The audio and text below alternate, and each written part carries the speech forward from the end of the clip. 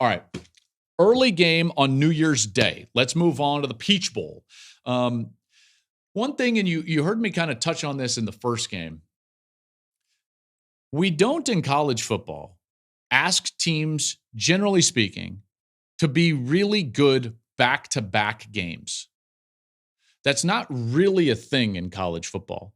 Even with our regular season being as important as it is, and more important than almost any other sport that certainly we as Americans watch, there is this idea, though, that like in college, because of the margin between the teams that you see on your schedule, very rarely do we expect a college football team to be great back-to-back weeks. And very rarely are they great back-to-back weeks. Now, there's a bit of a layoff here between the first round and the second round, but I do believe that one of these teams that played and won and look really good at home is going to look bad in this round. Because again, it's not a thing that we do in college football. We rarely ask a team even to go on consecutive weeks on the road, especially in conference. Like that's almost never a thing. You look at some of these conference schedules, and when you get to the big boy games, like the big boy games that we know are going to be big and rivalry and so on and so forth, there's always either a cupcake or an off week prior. So one of these teams is going to play sluggish. And I mentioned that maybe with Penn State. I think that we could see that in the first half with Penn State and Boise State. You could see Penn State or Texas overlook their opponent. Because Boise State and Arizona State, I'm sorry, they're just not going to strike a ton of fear into Penn State and Texas. They just aren't. So, like, at some point, I think those are your two biggest, those are your highest risk teams of playing poorly after looking really good in the first round. Of playing poorly would be Penn State and Texas. So now we go into this game with that in mind, this Peach Bowl, January 1st, Arizona State, Texas favored by 12.5. Wow. That is a healthy number. That one jumps out and you're like, oh, knowing what I know about teams playing well consecutively, teams being asked to play well consecutively, and all of a sudden, you win a big one at home and you go out there and you're facing this Arizona State team that's like, I don't know if those guys are really going to respect Arizona State, although they should. And it's a huge number like 12.5. What should we do with it? On the field, Texas ran all over Clemson, 292 yards against Clemson. And what's so weird about Texas is that, save for 2 games, you would just say bank on their run game being great. Bank on their offensive line playing really well, dominating the line of scrimmage and winning that area. Bank on it. And then you have to deal with these 2 games against Georgia where they couldn't run the ball at all. And it's just like, it's honestly, it's maddening because of the up and down nature. Now, more up than down for Texas, there's no doubt. And then you get to like, is Arizona State good enough to do to Texas what Georgia did to Texas? Well, Arizona State is the number 1 rush defense in the Big 12 this year. The only problem is that's good for 27th in the country.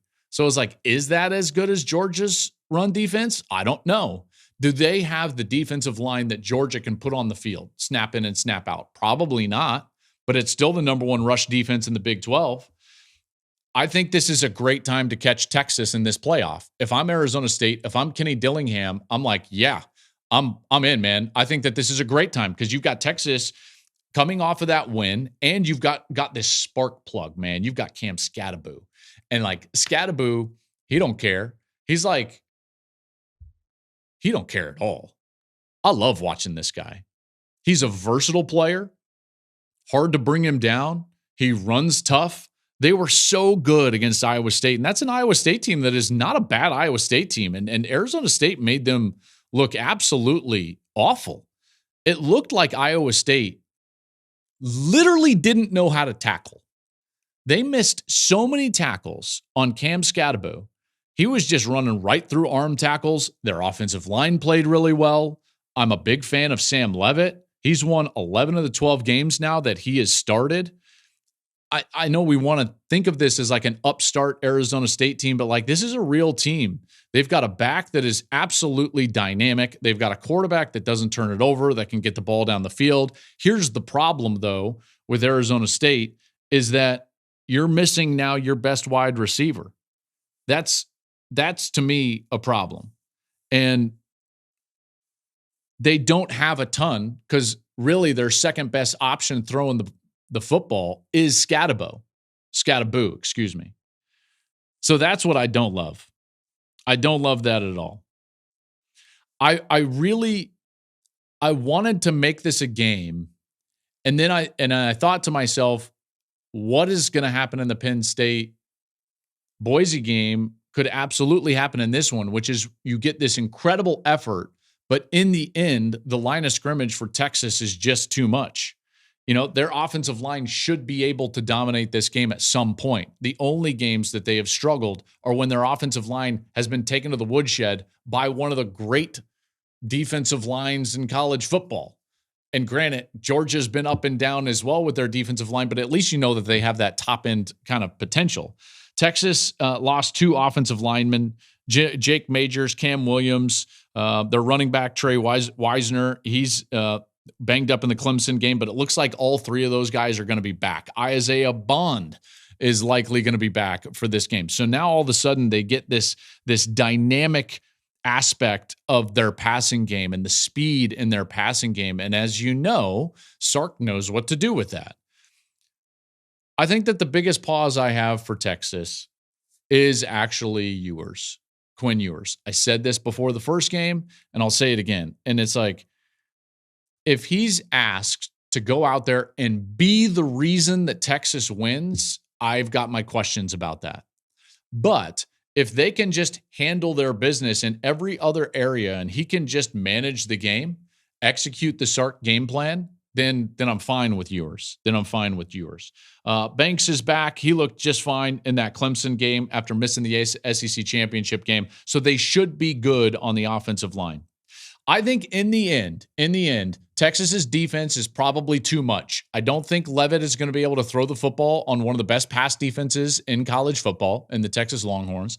I think that Texas will be able to load up and put skilled, fast, quality defenders on Scatterbo.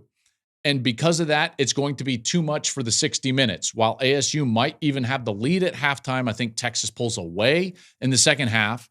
I don't think that they get all the way over the 12.5, though. I think that a 10-point margin is what I'm comfortable with. So I like Texas winning this game 31-21. I think that I would take the 12.5 with ASU just because, like, again, you're likely going to see one of these teams not play well. It very well could be Texas. And even Texas not playing well and getting a 10-point win, you could probably make some money right there with Arizona State if you take the 12.5. So I've got a Sun Devil cover. Texas wins and moves on 31-21. Thank you for watching the Joel Klatt Show YouTube channel. And if you liked this clip, make sure to like it and subscribe to the channel. And you can stay up to date on all of my college football coverage.